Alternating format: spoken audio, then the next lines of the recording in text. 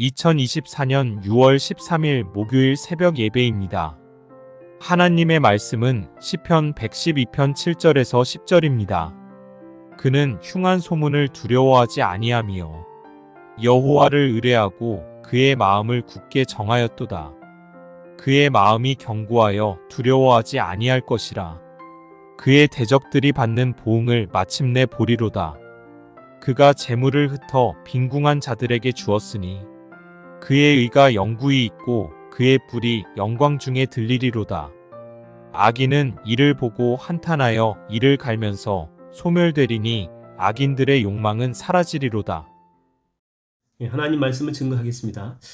아파트에 한 흉가로 소문난 집이 있었습니다.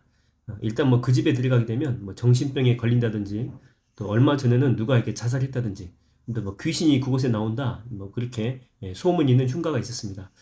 그래서 이렇게 시세가 거의 반값 이하였죠. 근데 한 권사님께서 그 집을 그냥 산 것입니다. 주변에서는 사지 말라고, 그 흉가라고 계속해서 말렸죠. 거기 들어가게 되면 변고를 당할 수 있다. 그래서 이제 못 들어가게 했는데 상관없다라고 그냥 들어갔습니다. 옆집 사는 그 아파트 주민이 이제 그 다음날 그 권사님이 나올 때까지 기다리고 있다가 이제 무슨 일이 일어났으려고 이제 생각을 하고 이제 기다리고 있었던 거죠. 근데 권사님께서 나오시면서 할렐루야 하고 찬양하면서 나오더라는 거죠. 아주 기쁘게, 아주 행복하게. 그러니까 실제로 그 집은 흉가가 아니고 집이 문제가 아니고 들어가 살았던 그 사람들이 이제 문제였다고 하는 것이죠. 근데 설사 귀신이 있으면 또 어때요? 우리가 가가지고 예수 그리스도 이름으로 물리쳐 버리면 되잖아요. 혹시 여러분이 주변에 흉가가 있습니까? 그러면요, 여러분 꼭 그거 사세요. 그래서 저하고 같이 가가지고 예배 한번 딱 드리고 그 반값에 사면은요, 그거 얼마나 좋습니까? 여러분 믿음으로 사세요, 믿음으로.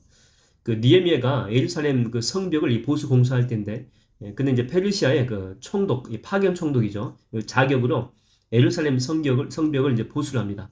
근데 그 반대자들이 이제 곧 공격한다라고 하는 그 소문이 난무한 거죠. 그 한참 이 공사 중인데 이런 흉흉한 소문이 도니까 함께 동역했던 사람들은 바짝 긴장하지 않을 수가 없겠죠. 이러다가 우리 죽는 것 아니야? 그러면서 이렇게 손에 힘이 풀릴 수가 있습니다.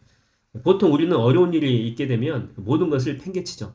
그러나 느헤미야와 동역자들은 끝까지 믿음으로 그 사명을 완수했다고 하는 것입니다. 근데 재밌는 사실이 뭐냐면 쳐들어온다, 쳐들어온다 그렇게 소문이 난무했는데 실질적으로 이 반대자들이 쳐들어왔느냐?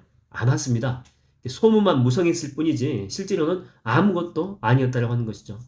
우리도 인생 살다 보면 소문 때문에 사실도 아닌데 정작 해야 될 일들을 하지 못할 때가 많이 있습니다. 그 소문의 힘이 얼마나 강력한지 인생에서 진짜 풍랑이 일어나가지고 우리를 이렇게 침몰시킬 때보다도 사실도 아닌 그 소문이 때로는 우리 삶 전체를 흔들어 놓을 때가 있습니다. 여러분 그 사막에서 여행할 때에 내 감각대로 가게 되면 반드시 길을 헤매게 돼 있죠. 세상에 믿을 수 없는 것이 때로는 우리의 감각, 감정입니다. 감정. 그러나 이 북극성, 이거는 변치 않죠. 항상 그대로입니다. 이걸 보고 가야지만이 헤매지 않을 수가 있다고 하는 것입니다. 인생의 사막도 마찬가지죠. 소문을 듣고 여러분의 행동을 결정하게 되면 실패하게 되어 있습니다. 소문이 여러분의 인생을 주장하지 못하도록 하십시오. 말씀이 여러분을 인도하게 하십시오. 사도 바울이 이게 전도여행을 다 마치고 이제 예루살렘으로 올라갈 때입니다. 예루살렘 가면 죽습니다. 죽어요, 죽어. 막 소문이 난무한 거죠. 선지자까지, 예언자까지 동원해가지고 당신은 죽는다라고 이제 그런 말들이 이렇게 막 퍼뜨린 것입니다. 근데 이 바울은 예루살렘을 방문해서 구제 헌금까지 전달했죠. 끝까지 사명을 완수했던 것입니다.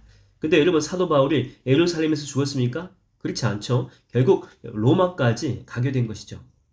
여러분 인생의 고수와 그 하수의 차이점이 뭐냐면 이 고수는 생각이 하나에 집중되어 있습니다. 그리고 그것을 믿고 이제 믿음으로 앞으로 나아가는 것입니다. 근데 이제 하수는 뭐냐면 생각이 무진장 많아요. 생각이 이 생각도 하고 저 생각도 하고 그래서 안절부절하면서 아무것도 못한다라고 하는 것이죠. 여러분 조지 버나드 쇼라고 하는 그 사람의 묘비명이 그래서 참 유명하지 않습니까? 뭐라고 되어 있냐면 그 묘비명치고는 참 재밌는 묘비명인데 우물쭈물하다 내 이럴 줄 알았다. 이게 묘비명입니다. 그러니까 생각만 하다가 아무것도 못하고 인생의 시간 다 갔다는 거예요. 그러니까 너도 어차피 여기 언젠가 여기 무덤에 묻힐 텐데 생각 좀 그만하라는 거예요. 그리고 행동하라는 거예요. 뭐라도 이렇게 시도하고 시도하면서 또 생각도 할 수 있지만은 생각 속에만 사로잡혀 있지 말고 앞으로 나아가라. 그런 메시지가 담겨져 있는 것이죠. 여러분, 이 주님을 바라보십시오. 그리고 십자가를 붙드십시오. 그럴 때 우리는 생각이 고정이 됩니다. 집중이 되고 성령 충만한 삶을 살 수가 있다라고 하는 것이죠. 우리가 이렇게 한자를 이렇게 보게 되면 충성 충자가 있는데 그 마음 심자가 이제 아래에 있고 그 위에 그 가운데 중자가 하나 있지 않습니까? 중심이 하나인 거죠. 마음의 중심이 하나입니다. 근데 그 충성 충자의 그 아래에는 그 마음 심자는 그대로 두고 그 위에 그 중심을 이렇게 두 개를 그리게 되면 이게 근심 환이 됩니다. 환. 예. 당연하죠. 마음이 갈려 있으니까 당연히 근심과 걱정이 올 수밖에 없다라고 하는 것입니다.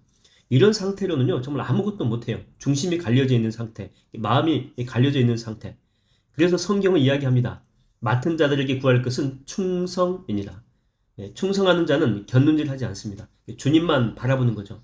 그래서 이게 그런 자들이 행하는 것에는요, 능력이 나와요. 집중하니까 권세가 나오고 열매가 있다라고 하는 것입니다. 오늘 또 주님께 집중하고 말씀에 집중해서 승리하는 하루가 되기를 주의 이름으로 축원드립니다. 기도하겠습니다. 하나님 아버지, 우리는 온갖 난무하는 그런 소문 때문에 실질적으로 우리의 사역을 믿음으로 감당하지 못할 때가 많이 있습니다.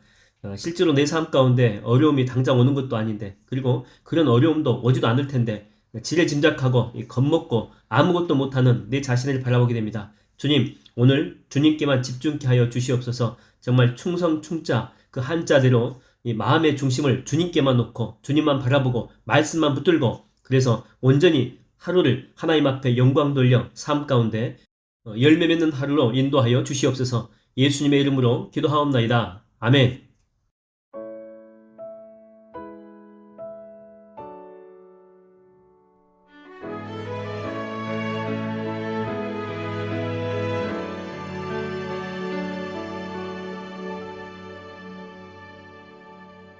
내 마음에 주를 향한 사랑이 나의 말엔 주가 주신 진리로